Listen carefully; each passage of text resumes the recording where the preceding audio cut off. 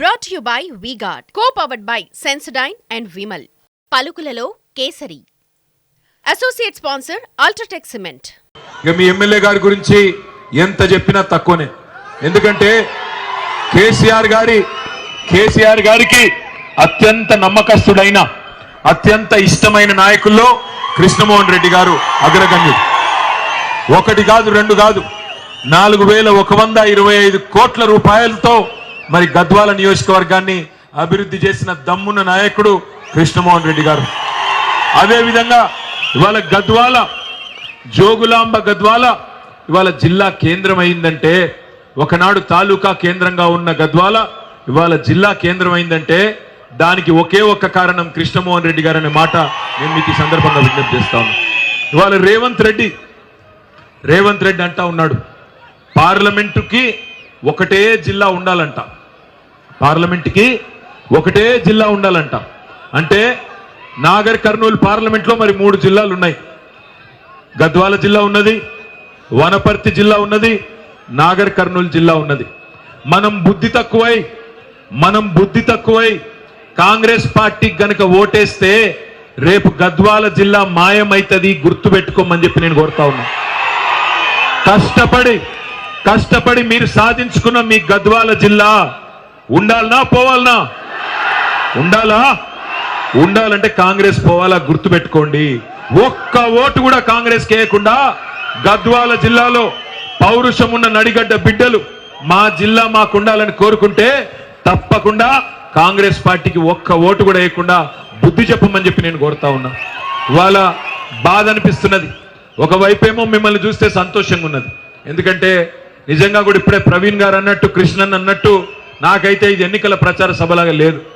ప్రవీణ్ అన్న గెలిచిపోయిన తర్వాత 2 లక్షల ఓట్లతో గెలిచిన తర్వాత అందరం కలిసి విజయోత్సవం జరుపుకుంటున్నట్టున్నది తప్ప ఎన్నికల ప్రచార సభలాగా లేదు. కానీ మరొక వైపు కొంత బాధ కూడా ఉంది. 5 నెలల కిందట శాసనసభ ఎన్నికలు జరిగినాయి. సరే, మీరంటే గద్వాలలో తెలివైన వాళ్ళు, అలంపూర్లో కూడా తెలివైన బిడ్డలు. మీరేమో కాంగ్రెస్ పార్టీ ఎన్ని మాయ మాటలు చెప్పినా మీరు మోసపోలేదు. మరి గద్వాలలో, అలంపూర్లో నడిగడ్డ మొత్తం గులాబీ జెండానే ఎగిరింది. 2 తాలూకాల్లో మరి కేసీఆర్ ముఖ్యమంత్రి కావాలని చెప్పి తీర్పునిచ్చినారు. కానీ ఉమ్మడి పాలమూరు జిల్లాలోని మిగతా 12 నియోజకవర్గాల్లో చాలా స్వల్ప తేడాతో, పెద్ద తేడా కాదు కానీ స్వల్ప తేడా, దేవరకద్రలో 1150 ఓట్లతో, నాగర్ కర్నూల్లో 5000 ఓట్లతో, జడ్చర్లలో 7000 ఓట్లతో, చాలా తక్కువ ఓట్లతోనే మనం మిగతా 12 సీట్లన్నీ కోల్పోయినాం. ఎందుకు కోల్పోయినాం? ఒకటే కారణం. ఏం కారణం అది? కాంగ్రెస్ పార్టీ అరిచేతిలో వైకుంఠం చూపెట్టి మోచేతికి బెల్లం పెట్టి అందరినీ గందరగోళం చేసింది. ఎన్ని మాటలు, ఎన్ని కహానీలు రేవంత్ రెడ్డి గారు, కాంగ్రెస్ నాయకులు నోటికి ఎంతొస్తే అంత ఇష్టం వచ్చిన హామీలు ఇచ్చుకుంటా పోయినారు. ఏమన్నారు?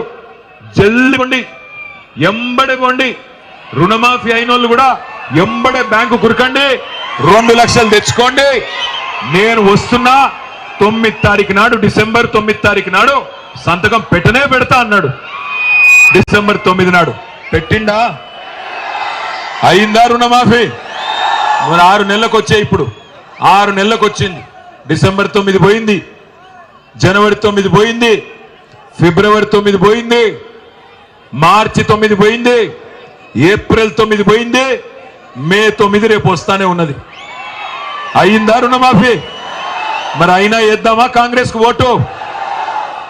ఇంకొక మాట అడుగుతున్నా, 500 క్వింటాల్కి బోనస్ ఇస్తా అన్నాడు, ఇచ్చినాడా?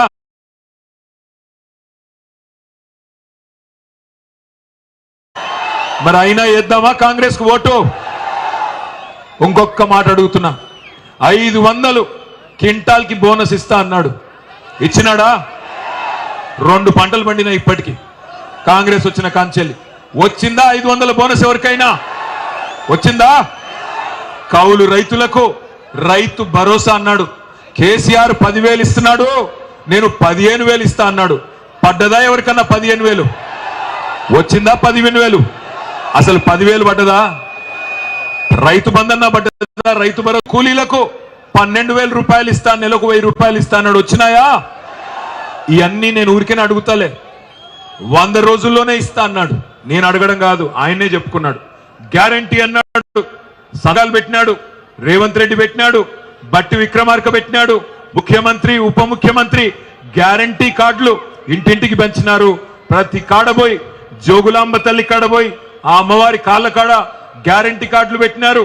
జనం మొత్తం నమ్మించి దేవుళ్ళ మీద ఓట్లేసి.